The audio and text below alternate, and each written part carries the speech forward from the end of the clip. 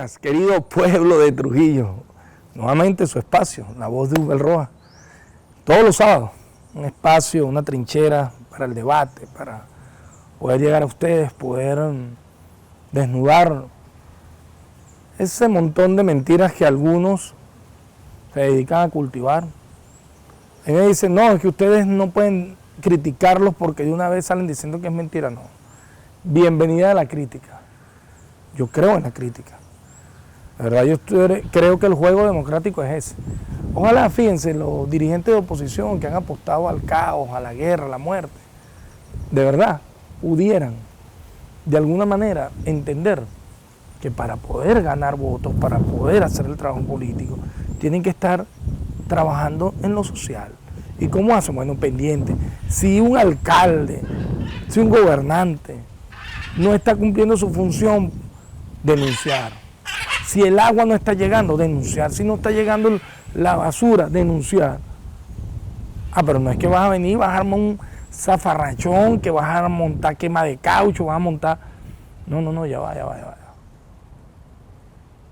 Puedes montar tu protesta, lo que tú quieras, pero en el marco de la ley. ¿Por qué digo todo esto? Porque, lamentablemente, la dirigencia política, en especial la dirigencia de oposición, se divorció de los problemas de la cotidianidad de la gente, del día a día. Si tú te divorcias del día a día, no puedes después ir a exigir, porque no tienes esa conexión que te permite después decirle a la persona, necesito que votes por mí o necesito que apoyes mi proyecto. Y lo otro es que deben entender que la nueva forma de hacer política, contemplada en nuestra Constitución, dice que es una democracia participativa y protagónica. Y ahora cualquier esquema que se quiera utilizar debe partir del hecho que las personas realizan sus proyectos, precisan sus problemas, trabajan para resolverlos y deben ser tomados en cuenta. No es que tú llegaste como un líder mesiánico a resolver los problemas. Sé que han sido momentos muy difíciles los que estamos viviendo hoy por hoy. Momentos duros donde nos toca afrontar realidades, nos toca ver cómo cosas que logramos y que se hicieron muy cotidianas cuando anteriormente era extraordinario. Anteriormente, antes de la llegada de la revolución, decir que la educación era masiva, que existía un programa de alimentación escolar masivo para todos los estudiantes de las escuelas bolivarianas, entre otras. Eso no existía. Entonces, decimos todo esto porque igual ocurría con las universidades, igual ocurría con los beneficios laborales, igual ocurría con la posibilidad de tú poder intercambiar conocimientos, viajar por otras partes, latitudes. ¿Cómo conoció el pueblo venezolano los dólares? Lo conoció por Chávez. Antes la gente no sabía qué era eso. Pero bueno, decimos todo esto. Esta semana arrancó con unas fechas muy importantes. La primera, el día de la Pachamama. Hay una conferencia bien interesante, se celebraba en Bolivia, donde se destacaba la importancia de nosotros proteger la tierra. Y no es un discurso ñángara, de esos retrógradas, no, es que hay que mirar hacia allá. Fíjense, yo voy a hablar en particular de Trujillo. Nosotros tenemos que cuidar las fuentes hídricas que tenemos acá.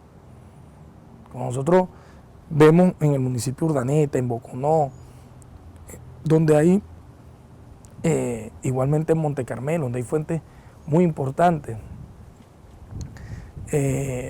fuentes hídricas muy importantes, tenemos que no solo preservar que esas cabeceras de río estén reforestadas, que no se vayan a contaminar, sino que inclusive el desarrollo agrícola que se da allá tiene que ser sustentable, sostenible. Mira, cuando uno va a Mérida, a veces ya han llegado inclusive a tocar las cotas del frailejón. Entonces sacan los frailejones para sembrar fresa. Hay que tener cuidado con eso. No podemos romper con el ecosistema. Los frailejones existen allí porque juegan un rol importante para preservar todo lo que es el ecosistema. Asimismo, nosotros tenemos que entender que sin destruir sin destruir, tenemos que lograr sistemas sostenibles de producción de alimentos, lograr sistemas sostenibles que nos permitan que exista el agua. Las próximas guerras, y ojalá no exista ninguna, Dios mío, pero se habla que las próximas guerras pueden venir por el agua. Venezuela es bendecida porque es una de las principales potencias hídricas. Tenemos el segundo río subterráneo más grande del mundo. Y de igual manera tenemos fuentes hídricas muy ricas de agua dulce. Pero debemos preservar todo esto y debemos trabajar en que esto se mantenga. Yo lo he dicho, la otra vez siempre, yo soy amante de los ríos. Cuando voy de pesca, que por cierto, ustedes me decían, bueno, pero que esos pescados, nosotros sacamos unos pescados, los que nos vamos a comer, y de resto es pesca deportiva, de una vez para el agua. Nosotros tenemos que preservar que realmente tener un trato armónico, porque si tú sacas todos los pescados, se acabó la pesca. Entonces decimos esto porque es necesario establecer un diálogo, una conexión muy importante entre el ser humano y la naturaleza. Otra fecha importante a destacar, Playa Girón.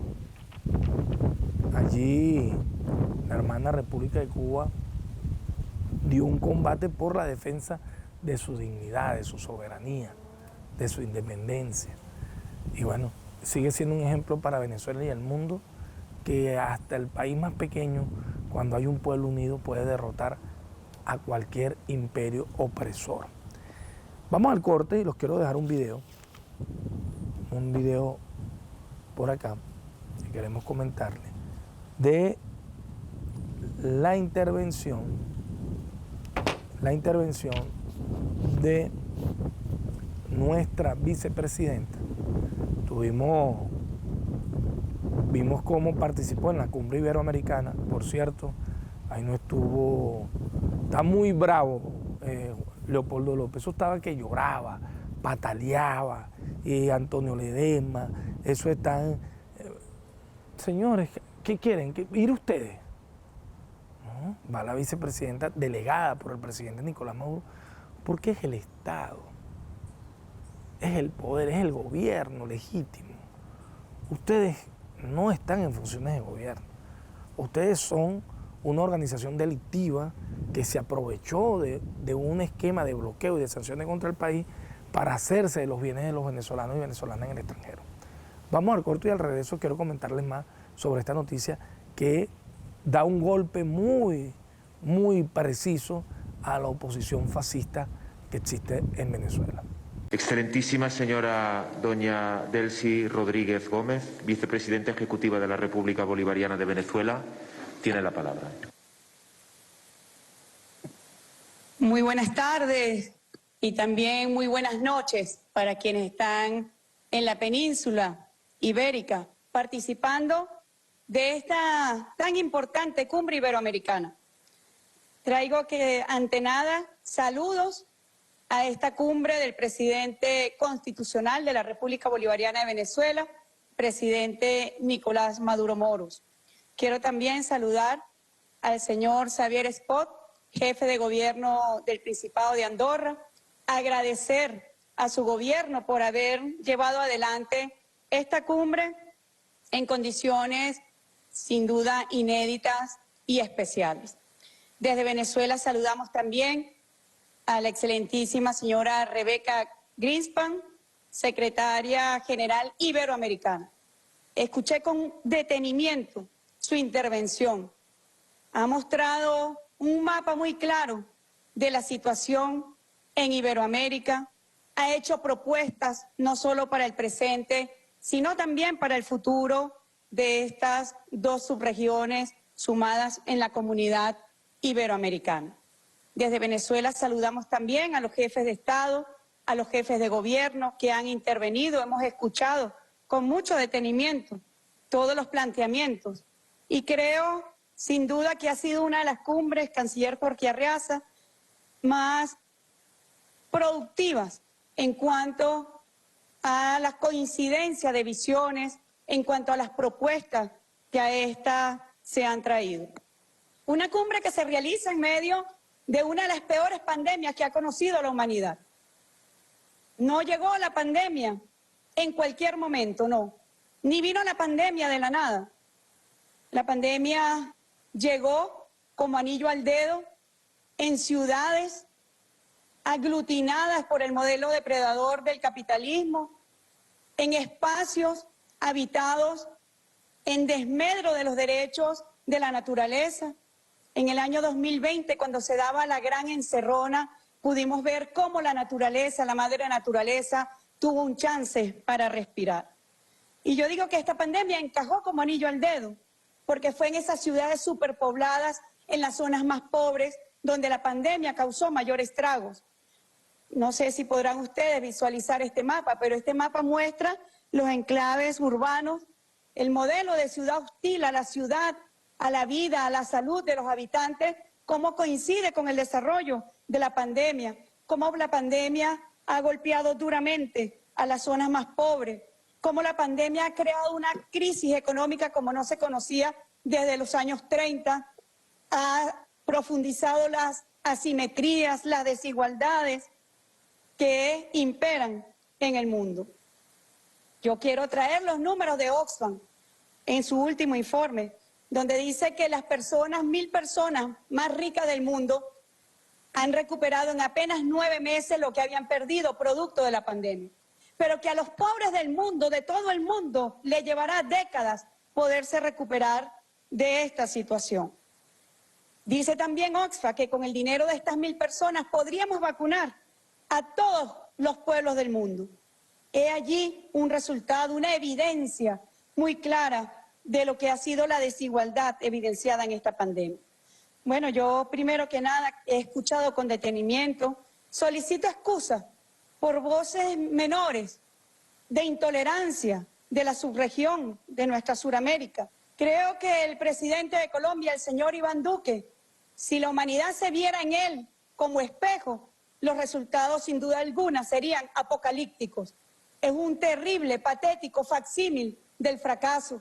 El fracaso para garantizar la paz al pueblo de Colombia, el fracaso para erradicar los cultivos de la droga. Venezuela acogió 6 millones de colombianos durante 70 años de guerra de Colombia y jamás se ha presentado en un foro internacional de pedigüeña por los migrantes que recibimos con amor y atendemos también con mucha dedicación. Dijo nuestro libertador, independencia o nada, y nosotros hoy decimos humanidad humana iberoamericana o nada. Muchísimas gracias.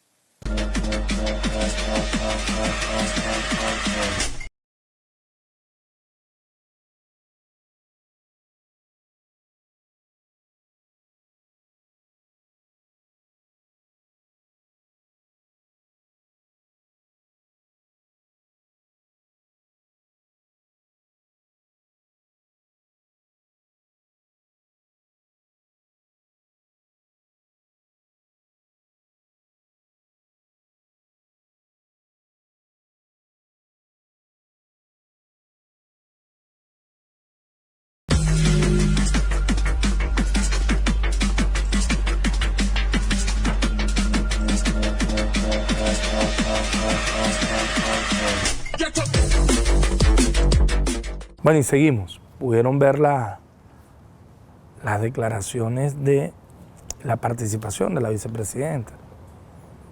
De verdad que es absurdo, ¿no? Que algunos todavía piensen que hay un tipo de opción más allá del reconocimiento de algunas posturas ideológicas más que prácticas en el mundo internacional.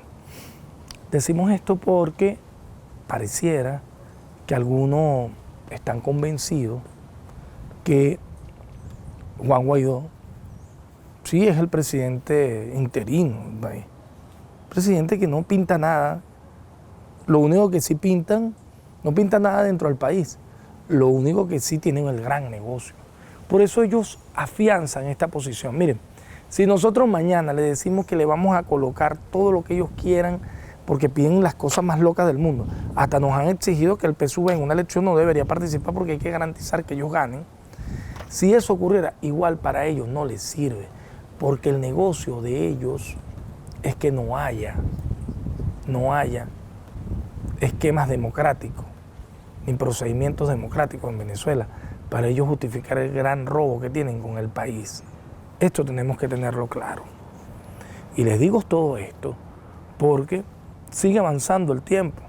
Ya pronto estaremos eligiendo nuevas autoridades en los distintos ámbitos. Próximamente vamos a escoger el nuevo Consejo Nacional Electoral. Después vamos a escoger los magistrados.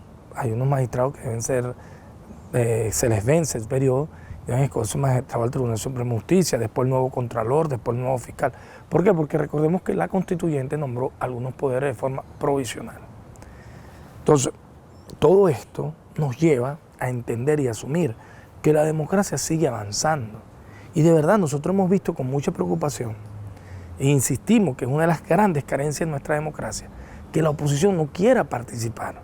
No toda la oposición, hay una oposición que decidió imponerse, decidió ratificar y entender que no pueden dejar imponerse agendas, sino que por el contrario deben hacer su trabajo político.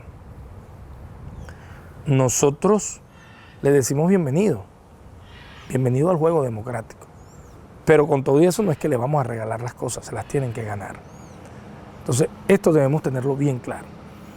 Otro elemento que quisiéramos destacar es que esa postura del gobierno norteamericano termina dañando todo el sistema de confianza que debe existir en el ámbito internacional. No puede ser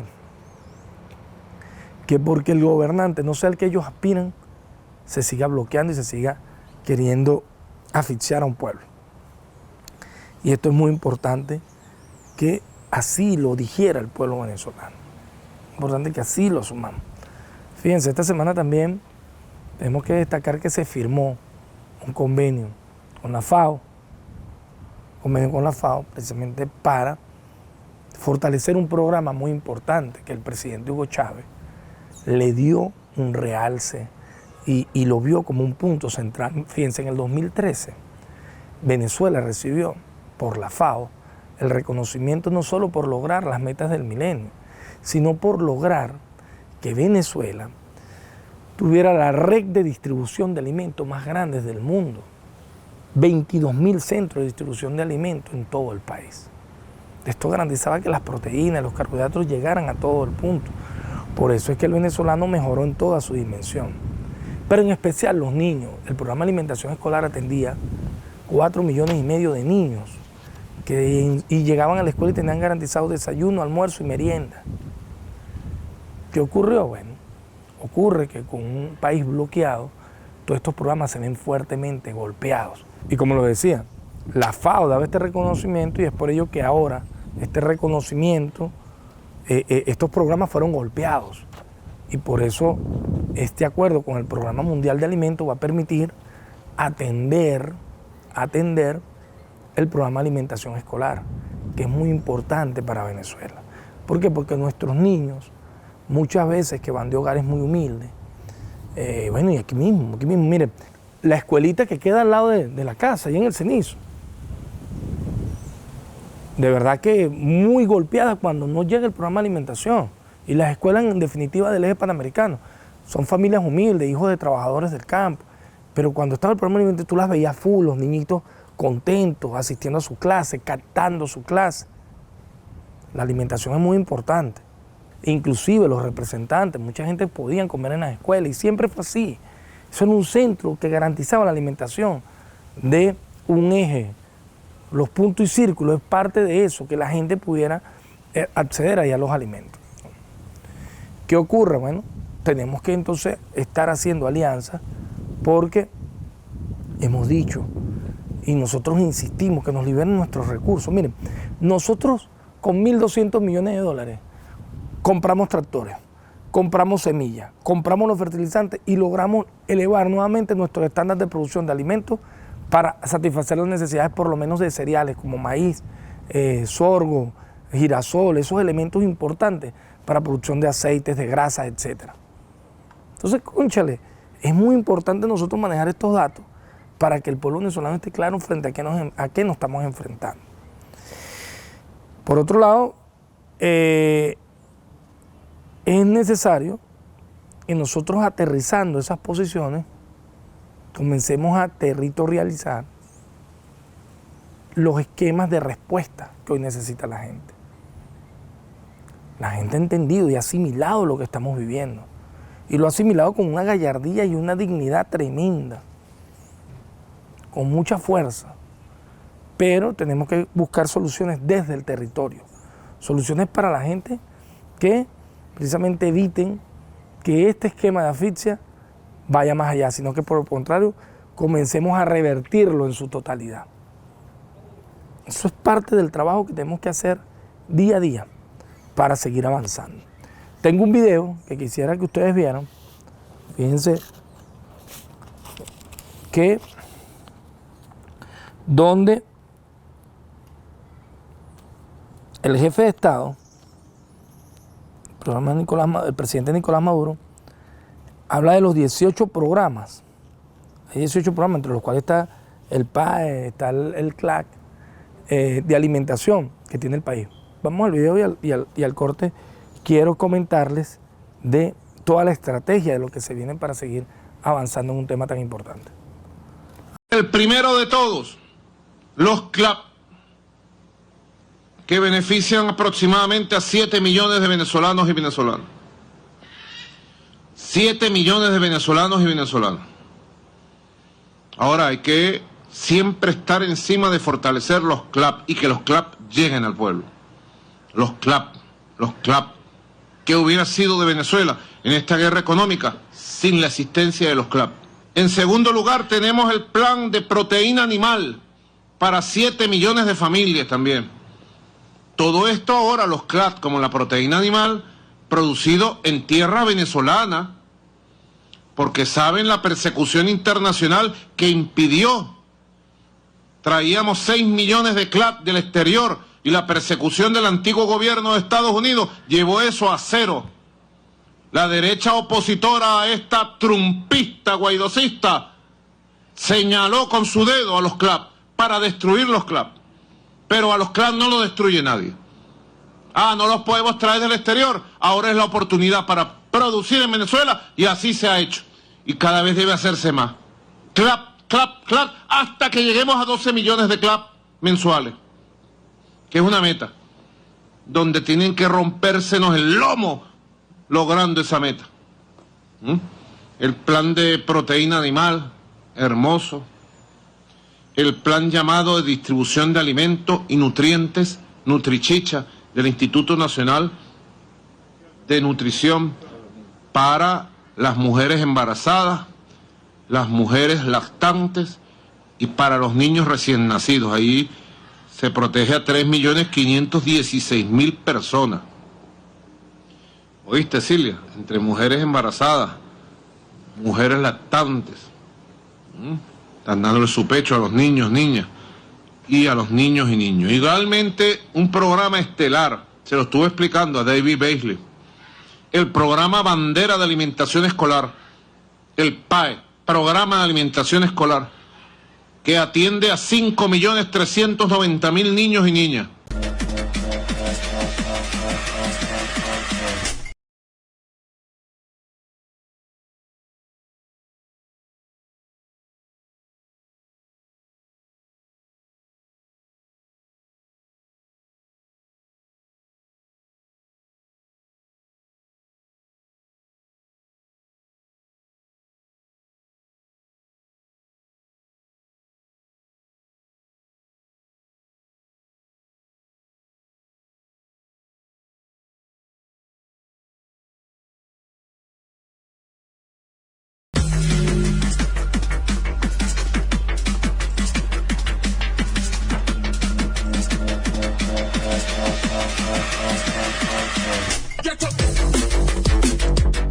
Bueno, les decía que es un esquema donde la participación de nuestro pueblo es muy importante y por eso insisto en el partido. El Partido Socialista Unido de Venezuela deben sus dirigentes estar siempre a la vanguardia, siendo propositivos. Ojo, es cierto, hay una falta de recursos fuerte que muchas veces el tareísmo o la cotidianidad del día a día, y yo se lo he dicho a mis amigos alcaldes, a todas las personas que yo puedo. Miren, si uno se deja absorber del tareísmo y de la burocracia, no hace revolución. Nosotros, por el contrario, tenemos que estar innovando permanentemente, buscando soluciones desde los tuétanos, desde las entrañas del mismo pueblo. Es más, voy a colocarles un video del presidente Hugo Chávez, comandante eterno Chávez, sobre el partido. El presidente, comandante Chávez, dice que el partido debe estar activando las bases de forma permanente. Al regreso quiero comentarles algo de esto. El partido tiene que estar activado en las bases todos los días, de manera permanente. Las patrullas, los comandos, las células activadas permanentemente. Hay que pasar a ser de maquinaria a poderoso movimiento. ¿Para qué? Para la lucha, para unirse, para subordinarse, más bien diría yo, todos los días y en todos los lugares, a las luchas del pueblo, a los reclamos del pueblo, a las exigencias del pueblo, a las necesidades del pueblo, que son muchas. No podemos dejarnos quitar los espacios por la burguesía cínica, que habla del pueblo y mientras aborrece al pueblo. Nosotros sí, no solo amamos al pueblo, es que nosotros somos parte del pueblo y navegamos en el corazón del pueblo y sentimos en nuestro corazón el palpitar del corazón del pueblo bolivariano, del pueblo venezolano. No tenemos que andar fingiendo, haciendo teatro, discursillos, aprendiendo guiones. No, somos lo que somos pueblo y damos la vida por el pueblo. El socialismo es igual a la democracia verdadera. El socialismo es el reino de Cristo hecho carne, hecho tierra, hecho realidad. Bueno, y seguimos. Les decía que es bien importante escucharlo, digerir lo que hablaba el comandante Chávez. El partido no solo debe ser una maquinaria electoral, no. El partido juega un rol muy importante cada vez que hay elecciones. Es el encargado de llevar el proyecto a cada uno de las conciencias del pueblo venezolano. Es el encargado de vender el proyecto, de asimilarlo, desarrollarlo, instrumentarlo. Pero el partido debe estar en una dinámica permanente.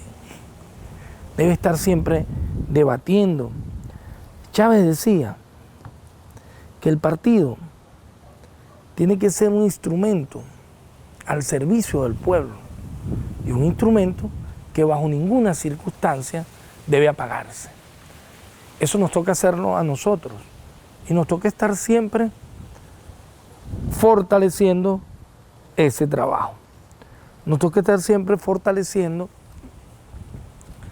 la verdad de lo que estamos construyendo.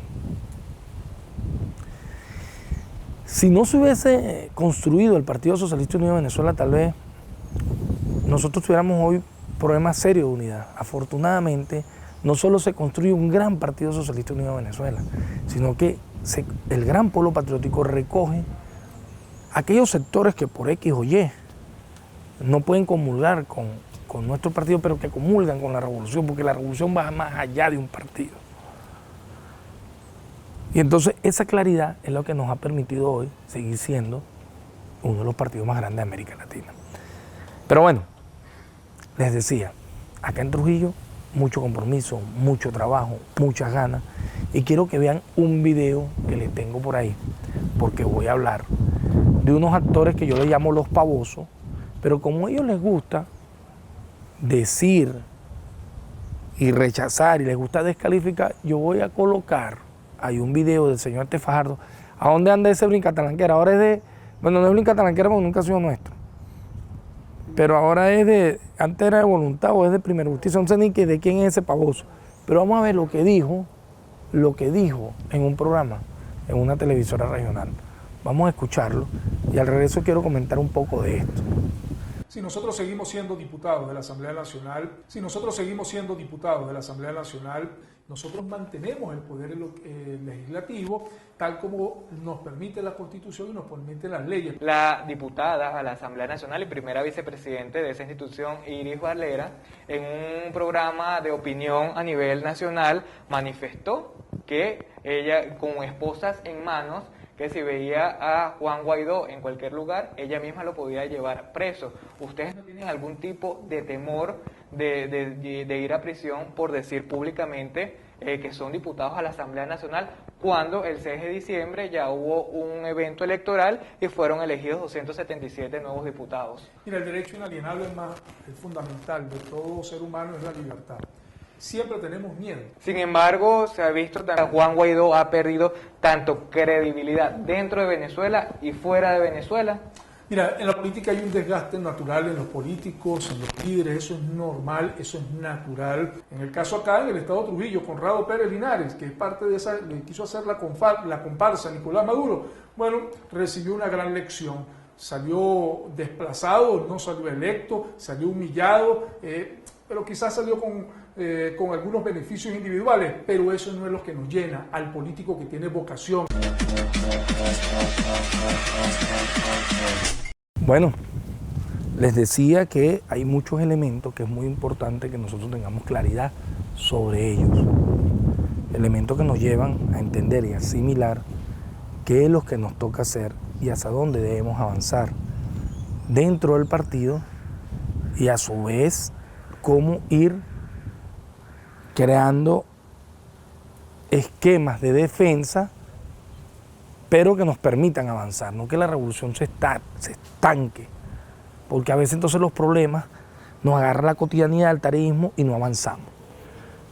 Les decía que mandé a colocar un video de este señor Fajardo, y lo digo porque tenemos que estar atentos ante esas posiciones que siguen pululando y que siguen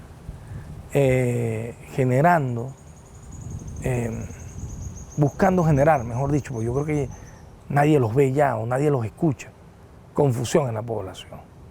Usted no es diputado, señor Fajardo. Usted fue diputado. Usted fue. Que usted tenga un problema con Conrado porque decidió participar, eso no le da derecho a decir que es un parlamentario legítimo. ¿De qué? Usted no es parlamentario legítimo de nada. Lo que sí sabemos es que usted está metido en un problema con la justicia cada vez que usted públicamente, porque así lo hacen sus redes sociales, por ahí deberíamos colocar, hasta como está en el Twitter, dice diputado. ¿Diputado de qué, chico? Deja de estar usurpando funciones. Tú no eres diputado de nada. E insisto, la Fiscalía debe tomar sus acciones, son delitos de acción pública, está usurpando funciones. Pero como ellos pusieron de moda la usurpación, él cree que puede hacer lo que le da la gana. No, señor, deje de mentir. Ahora tiene un problema con Conradito. Le he dicho a Conrado, cuídate que esos tipos te van a lanzar un atentado.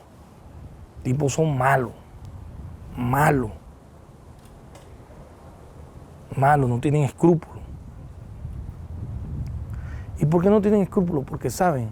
Entonces ahora él tiene un arroz con mango, pero miren por qué les digo que no tiene escrúpulos. Él descalifica todo, pero allá anda asomándose. ¿Usted sabe por qué se anda asomando? Porque quiere ser candidato a gobernador. Ya se empezaron a asomar, él quiere ser candidato. Si vas a ser candidato tienes que medirte en estas elecciones, mídete pues. Primero que yo no dudo que tú lo quieras, pero no te van a dejar porque tú tienes amos. Y tus amos del imperio no van a dejar que ustedes se midan. Ojalá, chicos, ojalá tuvieran ustedes un ápice, un poquitico de dignidad. Y no anduviesen como el loco, el jefe de ustedes, Leopoldo, Julio Borges, el otro delincuente, que han hecho tanto daño a este país. Por eso les digo, tenemos que estar atentos ante este tipo de personas. Y hemos hecho un llamado al pueblo a que los envíe al ostracismo, bien lejos. Bienvenida a la oposición, pero dentro del juego democrático. Bueno, hay cosas positivas.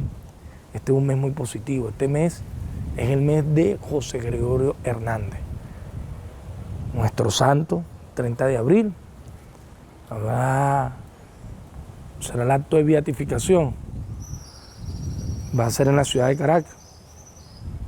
Después tenemos unos actos importantes en el estado Trujillo.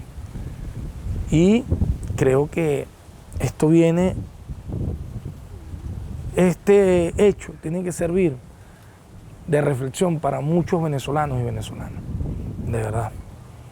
Tenemos que entender y asumir que esos momentos difíciles que hemos vivido con la pandemia sobre todo, y que hemos vivido como pueblo, no es fácil. Nos hicieron un blackout con la electricidad, nos apagaron del país, nos dañaron los equipos. Y yo quiero hablar de cómo es un esquema destructivo contra la estructura de funcionamiento de la patria. Nos bloquean los insumos para hacer gasolina, nos bloquean los acuerdos para poder traer el diésel necesario para que pueda producirse en el campo. ¿Por qué? Porque nos quieren poner a pasar hambre. Quieren que el campo se liquide. Y así en todas sus dimensiones se realiza todo un esquema que apunta a colocar de rodillas al pueblo venezolano.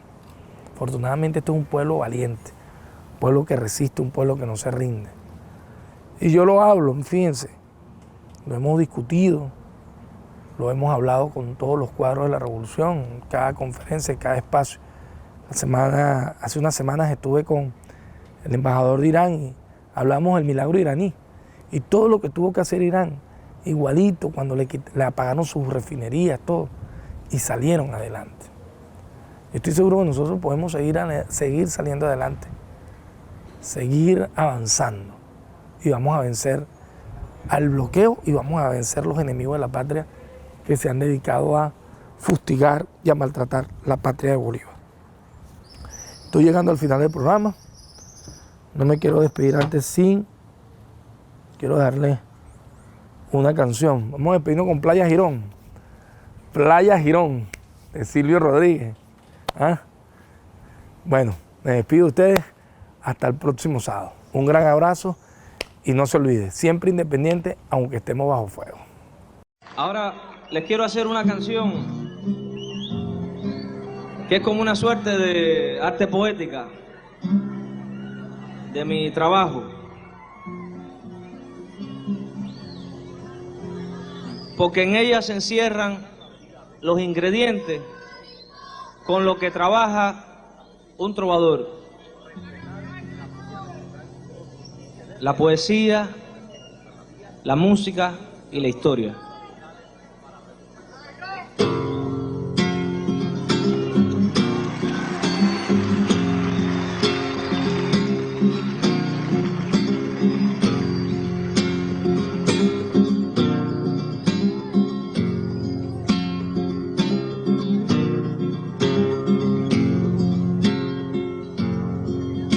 Compañeros poetas, tomando en cuenta los últimos sucesos, en la poesía quisiera preguntar. Me urge, ¿qué tipo de adjetivos se deben usar para hacer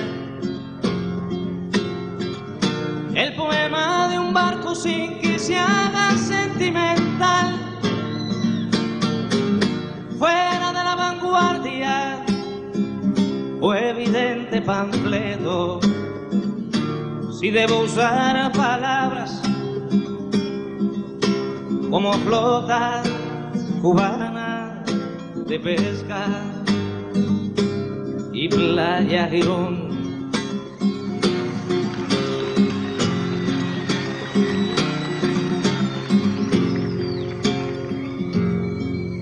Compañeros de música, tomando en cuenta esas politonales y audaces canciones, quisiera preguntar. Me urge, ¿qué tipo de armonía se debe usar para hacer la canción de este barco con hombres de poca niñez? Hombres y sola encubierta, hombres negros y rojos y azules, los hombres que pueblan el Playa Girón.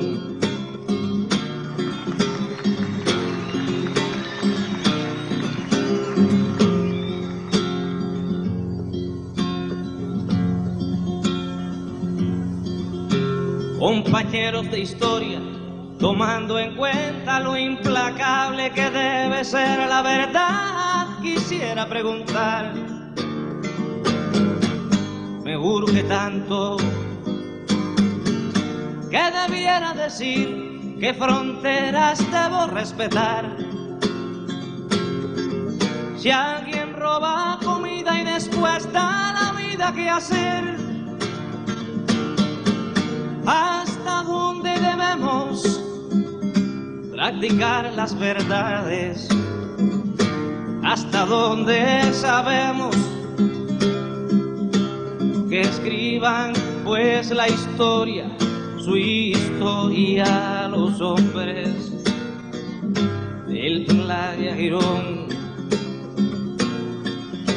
Que escriban pues la historia, su historia, los hombres del Playa Girón.